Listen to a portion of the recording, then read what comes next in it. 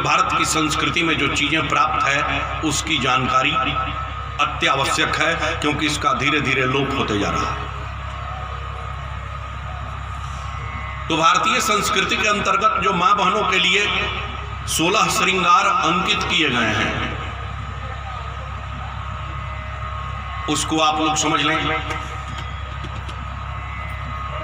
कि प्रथम अंग शुचियेत विधि मज्जन द्वितीय बखान अमल बशन पहिरव तृतीय जावक चारि सुजा पंचम केश समांगे षष्ठहि मांग सिंदो बाल थौरि सप्तम कहता अष्टजिम कति नमो मेहदी कर बदल चनन दशम अरग जाम 11 भूषण नग जटिका 12 पुष्प प्रसन्न राग बाश मुख तेरम 14 रंगे अधर राग गनि पंचदश अचल षोडश।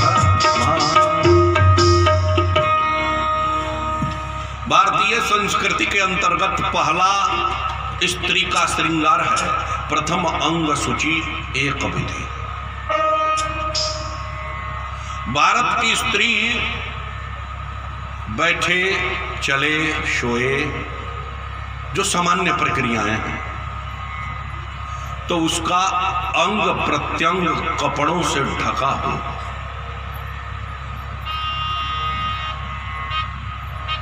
What's the first tips of fashion and designing? Fundamentally Indian culture. स्त्री का अंग प्रत्यंग ढका होना क्रमबद्ध, ये स्त्री का पहला श्रृंगार है।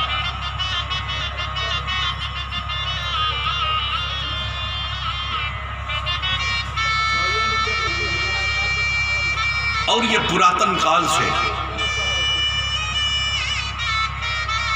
हमारी सांस्कृतिक धरोहर थी, लेकिन हमने इसको अपने गलती से पाश्चात्य संस्कृति का, पश्चिमी संस्कृति का अनुकरण करके गंवाया। हमने इसका विद्रूपीकरण किया। हमने अनुसुईया, सीता, सावित्री, मदालसा, दुर्गावती, पन्ना, ये जो इतिहास की वीरांगनाएं थी, इन वीरांगनाओं को फॉलो करना छोड़ दिया। इन वीरांगनाओं के व्यक्तित्व और चरित्र कृतित्व का चिंतन करना छोड़ दिया और निठल्ले बेशर्म होकर, बेहाया बनकर जब भारतीय संस्कृति के अंतर्गत लोगों ने मल्लिका शेरावत, प्रियंका चोपड़ा और सोनाक्षी सिन्हा का अनुगमन करना शुरू किया, तो ये सब कुछ नष्ट होकर खत्म हो गया।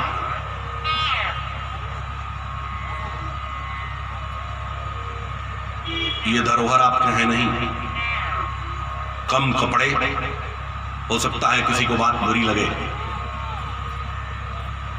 but it's the 100% adoption of European and Western culture. The pattern is absolutely not appropriate for your society, culture or civilization.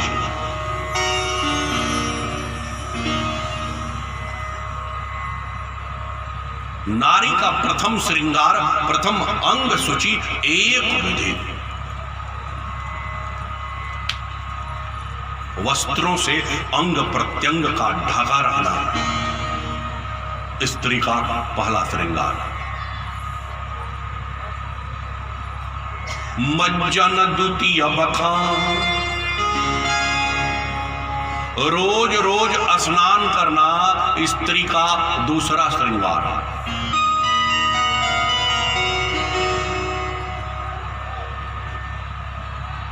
नहीं तो देखिएगा देहातों में अब महीने भर पर जो स्नान करती हो स्त्री और मैले कुचैले से ये बालों के जटा बन जाते हैं, तो गांव में प्रचारित होता है कि इनका पर काली माई आवेली है।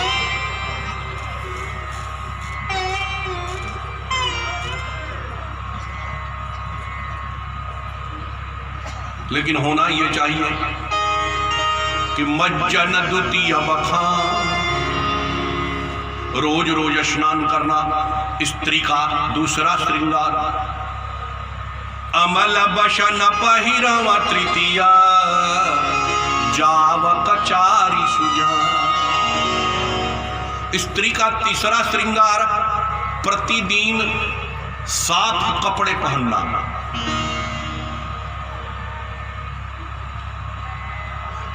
यह बात कोई मायने नहीं रखती कि कपड़े महंगे हैं कि सस्ते, इससे कोई ताल्लुक नहीं है। कपड़े महंगे हों अथवा सस्ते हों, लेकिन साफ होने चाहिए। अमल बशन पहिरवा तृतीया, जाव कचारी सुजा। स्त्री का चौथा श्रृंगार है, जितना चालाक बगुला होता है उतना ही चालाक स्त्री को होना चाहिए। अब मैं ये कथा कह रहा था एक बार लखनऊ गोमती नगर में,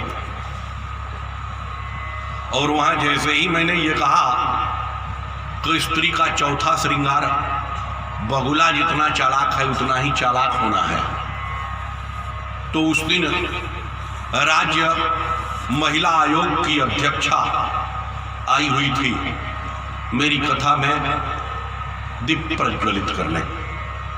वह सामने बैठकर कथा सुन रही थी। जब मेरी कथा समाप्त हुई तो उन्होंने कहा कि बाबा जी, बेइज्जती करने के लिए हमारी ही प्रजाति है आपको, कि आपने कहा कि बगुला जितना चालाक होता है उतना ही चालाक स्त्री को होना चाहिए। हमने कहा कि माता जी, जब बात के संदर्भ को नहीं समझा तो हम पर क्लेम करना भी अच्छी बात नहीं है। बगुले को आपने देखा होगा, बगुला जब नदी या तालाब के किनारे बैठता है तो वह क्या करता है? उसकी दृष्टि, शास्त्रों में वक दृष्टि को कहा जाता है। ऐसी आंख, वक ध्यान विद्यार्थियों के चिंतन के लिए बनाया गया है। विद्यार्थियों को यह कहा गया है कि कागचिष्टा वको ध्यानम स्वान निद्रा तथैव च, अल्पहारी गृह त्यागी विद्यार्थी नाम पंचलक्षण। तो बगुले की दृष्टि को कोई मात नहीं दे सकता। वह टकटकी लगाकर देखता है नदी या तालाब के जल के सतह पर, और जैसे ही कोई मछली निकलती है तो पृथ्वी के सारे लोगों का निशाना फेल कर सकता है। लेकिन अगर बगुले की चोंच नीचे गई तो उसमें से शिकार लेकर ही निकलेगी। वैसे ही स्त्री की आंख अपने संयुक्त परिवार के सभी सदस्यों पर इस तरह होनी चाहिए कि अगर संयुक्त परिवार में कहीं से कलह की मछली खड़ी हो जाए, सदस्यों में कहीं विवाद हो जाए, झगड़ा की स्थिति आ जाए, तो स्त्री तुरंत वहां पहुंचे और अपनी वाक पटुता, वाक चातुर्य का प्रयोग करके और उस मामला को वहीं सलटा दे और फिर परिवार को एक मत के रास्ते पर लेकर आगे बढ़ जाए। ये स्त्री का चौथा श्रृंगार।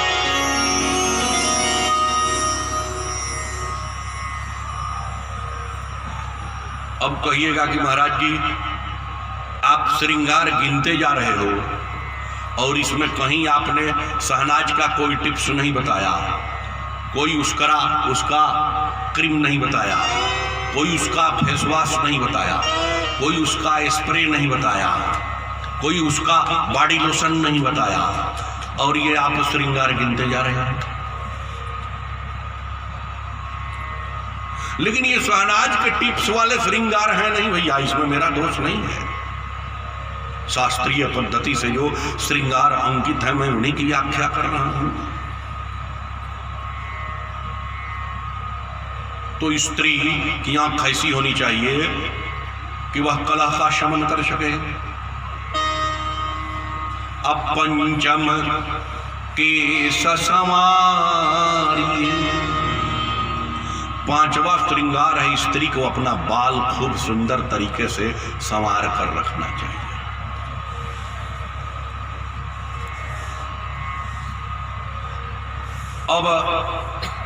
अब जाने इसमें कई तरह तरह के परिवर्तन आते रहते हैं, आप लोग खिसलाएंगे नहीं हम पर। लेकिन मैं जब लॉ ग्रेजुएट का स्टूडेंट हुआ करता था तो उस समय इन्वेंट हुआ एक फैशन, और बीएचयू परिसर में जो सिस्टर्स थी, जो लड़कियां थी, अब जब वो पढ़ने आती थी तो एक स्टाइल उस समय चला, बालों को काट काट के लड़कों की तरह कर दिया गया। That was the first invention about the stylish hair cutting of lady. मैंने एक बहन से यह प्रश्न किया था, What's the stylish ideology of this hair cutting? उसका जवाब था, You cannot know about this stylish cutting that is called bob cut. इसको bob cut कहते हैं। जबकि केस पास कटने नहीं चाहिए स्त्री के, कान खोलकर सुन लो, उसमें भी सौभाग्यवती होने के बाद, सिंदूर धारण करने के बाद तो केस काटना एकदम मना है।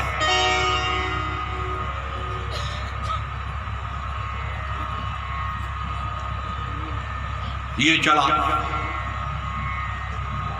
बॉब कट था, ये स्टाइलिश कटिंग थी। ये बालों को लोग काट लेते थे, बालों को काटना कौन पूछे।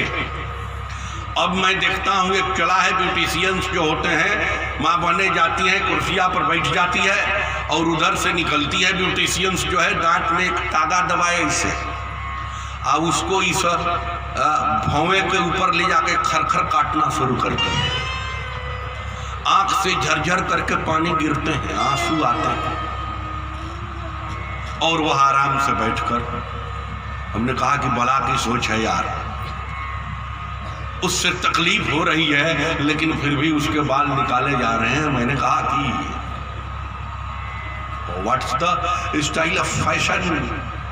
ने कहा कि अरे आपको पता नहीं, that is called eyebrow setting, इसको आईब्रो सेट करना।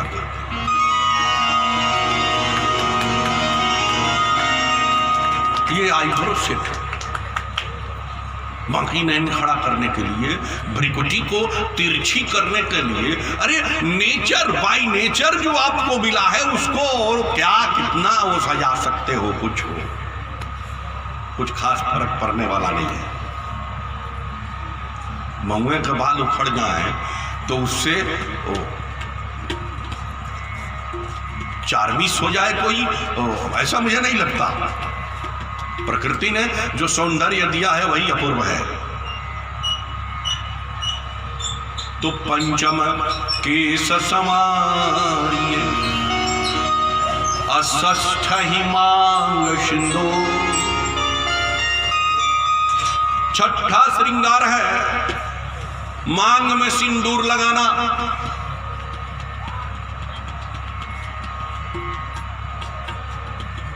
ये भी कुछ दिन गायब हुआ था, मां बहनों को याद होगा। कुछ दिन मां बहनें क्या करती थी, कुछ लोग, सब नहीं, बाल को ऐसे करके लोग झाड़ लेती थी और सिंदूर ढक जाता था। जबकि sindoor it's the subject of exhibition, it's the subject of performance. संस्कृति यह कहती है कि सिंदूर दिखना चाहिए, दिखाने के लिए होता है सिंदूर। सिंदूर का इतना बड़ा महत्व है कि जब भगवान राम सिंदूर उठाए सीता को लगाने के लिए तो लोग दौड़ कर गए तुलसीदास के पास और पूछा कि बाबा कुछ कहो, कुछ कहो, भगवान सिंदूर दान करने जा रहे हैं। बाबा ने कहा कि राम सिया सिर सिंदूर देहि, शोभा कही सदा वेद केहि।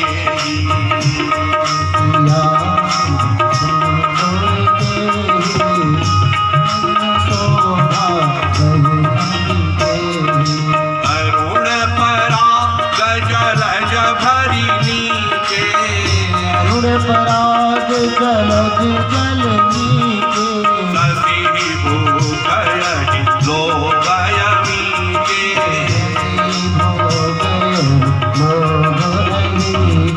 राम सिया सिर सिंदूर देहि, राम सिया सिर सिंदूर देहि, शोभा कही जात वेद केहि। शोभा कही जात वेद केहि। बाबा ने कहा कि जब ब्रह्म सिंदूर दान कर रहा हो आदि शक्ति की, तो भला मैं क्या कहूं? भक्तों ने कहा कुछ कहो। बाबा ने कहा अरुण पराग जलज भरिनी। कहा कि मानो भगवान राम की तलहट थी कमल का फूल बन गया, उनकी अंगुलियां कमल की पंखुड़ी बन गई। अरुण पराग जलज भरिनी के, और मानो सिंदूर कमल का पराग बन गया, मकरंद। मजे की बात देखो। और कहा कि तलहटी कमल, उंगलियां कमल की पंखुड़ी, सिंदूर कमल का मकरंद पराग। और सीता जी का चेहरा चांद बन गया, चंद्रमा।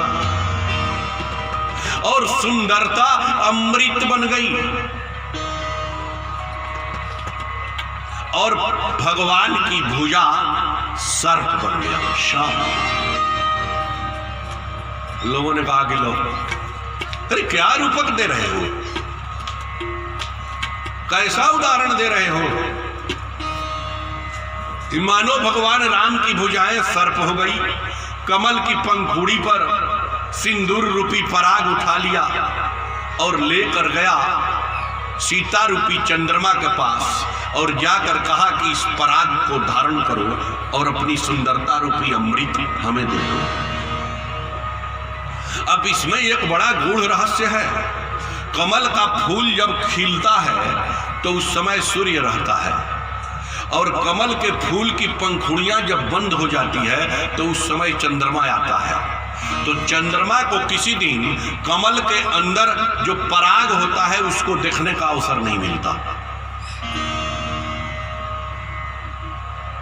और सर्प को, सांप को किसी दिन अमृत से मुलाकात नहीं होती।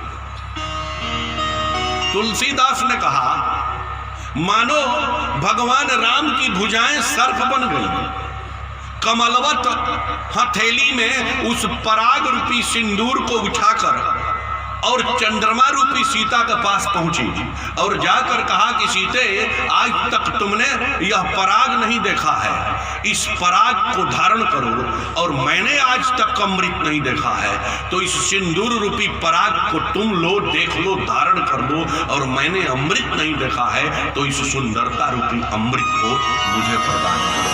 और ये कह के भगवान ने सिंदूर सीता का अंग में भर दिया।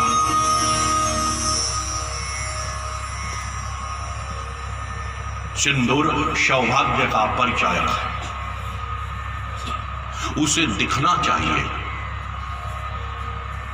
तो साइड लक वाली जब स्टाइल चली तो उसको महिलाएं ढक लेती थी। कुछ दिन बहुत जोड़ों पर था, फिर धीरे धीरे विधाता ने फिर उसको जो है समित किया। उसका कुछ अर्थ है, इसलिए सिंदूर दिखना चाहिए। तो स्त्रियों का छठा श्रृंगार सिंदूर, षष्ठ ही मांग सिंदूर,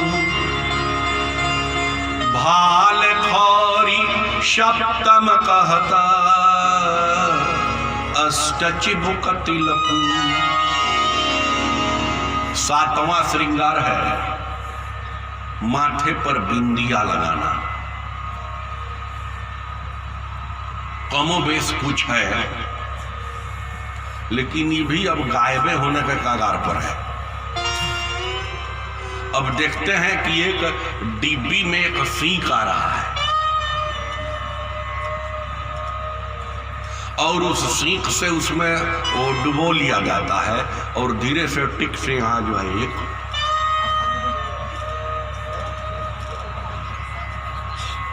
द इम्प्लीमेंटेशन ऑफ कुमकुम। मैंने अपनी श्रीमती जी से पूछा कि क्या है, तो उन्होंने बताया कि दैट इज कॉल्ड कुमकुम, इसको कुमकुम बोलते हैं।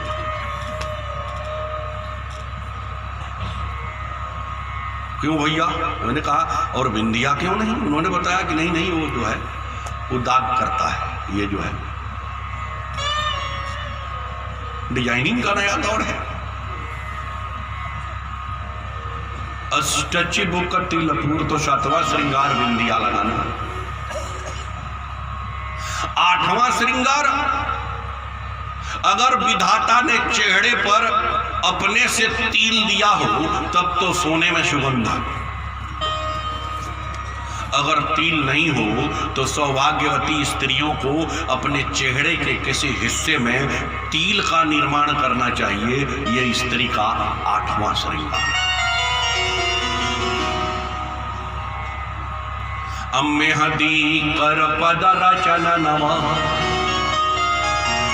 हाथ और पांव में मेहंदी लगाना, उंगलियों में, हथेलियों में, ये नौवां श्रृंगार है। हम लोग छोटे थे तो माँ बहनें लगाती थी, हम लोगों ने देखा है। तो उस समय पत्तियां तोड़कर आती थी, उसे सील पर पीसा जाता था। अब मेहंदी आती है इन द कोनिकल शेप्ड, एक शंखवाकार ऐसा बना हुआ, उसमें मेहंदिया भरी रहती है पहले से, लोग उसको लगाना, उसके भी परफेक्ट डिजाइनर आ रहे हैं। अंगुली पर से शुरू करते हैं तो लगाते कनपट्टी तक ले जाते हैं। जबकि उसकी व्याख्या शास्त्र ये करते हैं कि उसे हाथ और पांव में ही लगना चाहिए, तो कनपट्टी तक लगाई जाती है। मेहंदी कर पद रचन नवा, ये नौवां श्रृंगार है।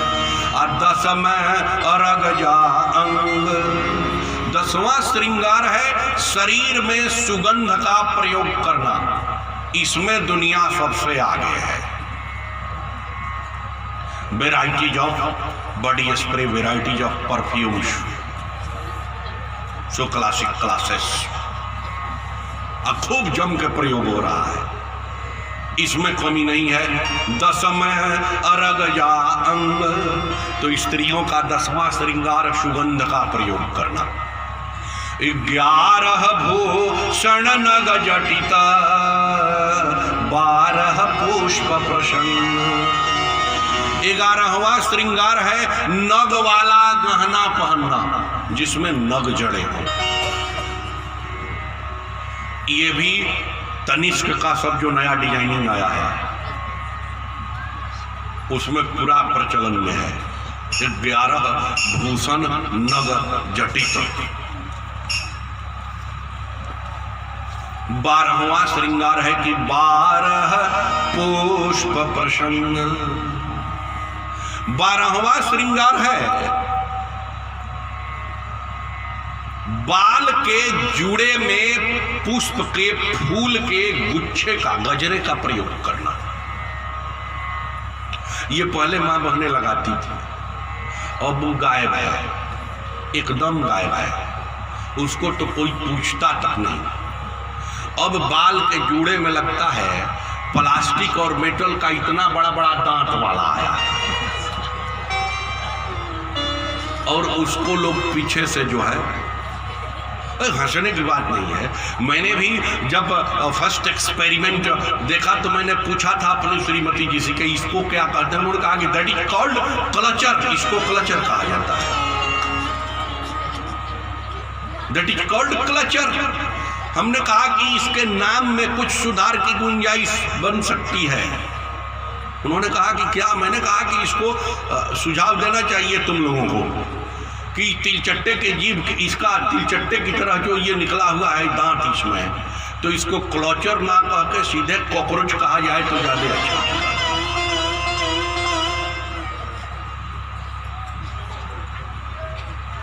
11 भूषण नग जटित 12 पुष्प प्रसंग, लेकिन मैं इसकी गंभीरता बता देता हूं। उसे छोड़ना नहीं चाहिए। कम से कम रोज उपलब्ध नहीं हो तो कम से कम अवसरों पर, कुछ विशेष अवसर आवे तो जरूर बाल में उस गजरे का प्रयोग होना चाहिए। पहली माँ ने हाथों में भी बालों में भी पुष्प के गुच्छों का प्रयोग किया करती थी। ये सौभाग्य का प्रतीक है। इसको शास्त्र में बहुत पहले लिखा गया है। अब भारतीय फिल्म जगत के लोगों ने बाद में चुरा लिया खानदान फिल्म में कि तू ही मेरे माथे।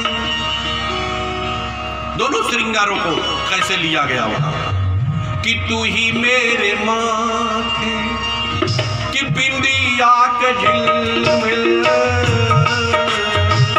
तुम्ही मेरे माथे की बिंदिया के झिलमिल, तू ही मेरे हाथों के गजरों के मंदिर, तुम्ही मेरे हाथों के गजरों के मंदिर, जिधर देखती हूँ उधर तू ही तू है, जिधर देखती हूँ उधर तू है, जाने मगर ख्यालों में तू है, जाने मगर ख्यालों में तू है, तू ही मेरे मंदिर, तू ही मेरी पूजा, मंदिर तुम्ही मेरी पूजा, देवता हो तू ही देवता हो, तुम्ही देवता हो, तुम्ही देवता हो। तो ये पुष्प के गुच्छे जो हैं सौभाग्य के प्रतीक हैं। तो 12 पुष्प प्रसंग अराग बास मुख ते रही। 13वां श्रृंगार है कि स्त्री बोले तो इतना मीठा कि कोई व्यक्ति के क्रोध का परवान चढ़ रहा हो तो भी वह जमीन पर आ जाए। इतना मीठा बोलना चाहिए। अब भगवान जाने इसके साथ न्याय कितना हो रहा है, ये तो अब आज के समाज के लोग ही बताएंगे। लेकिन स्त्री को कभी ऐसा नहीं बोलना चाहिए कि कार्यालय से पति देव आए, ऐसी बात कहें कि फिर घूम के वहीं चले जाएं। उसको मीठा बोलना चाहिए। तो राग बाश मुख ते रही 14 रंग ये दांत, मतलब मोती की तरह दांत चमकना चाहिए। ये 14वां श्रृंगार है। अधर राग गनि 15, होठों को रंगना 15वां श्रृंगार है। अकज्जल खोडस, और आंखों में काजल लगाना 16वां श्रृंगार है। ये भारतीय संस्कृति के अंतर्निहित मां बहनों के 16 श्रृंगार हैं। इसका अनुकरण होना चाहिए। लेकिन इसमें केंद्र बिंदु में सिंदूर है। अगर सिंदूर ना हो तो बाकी 15 का कोई महत्व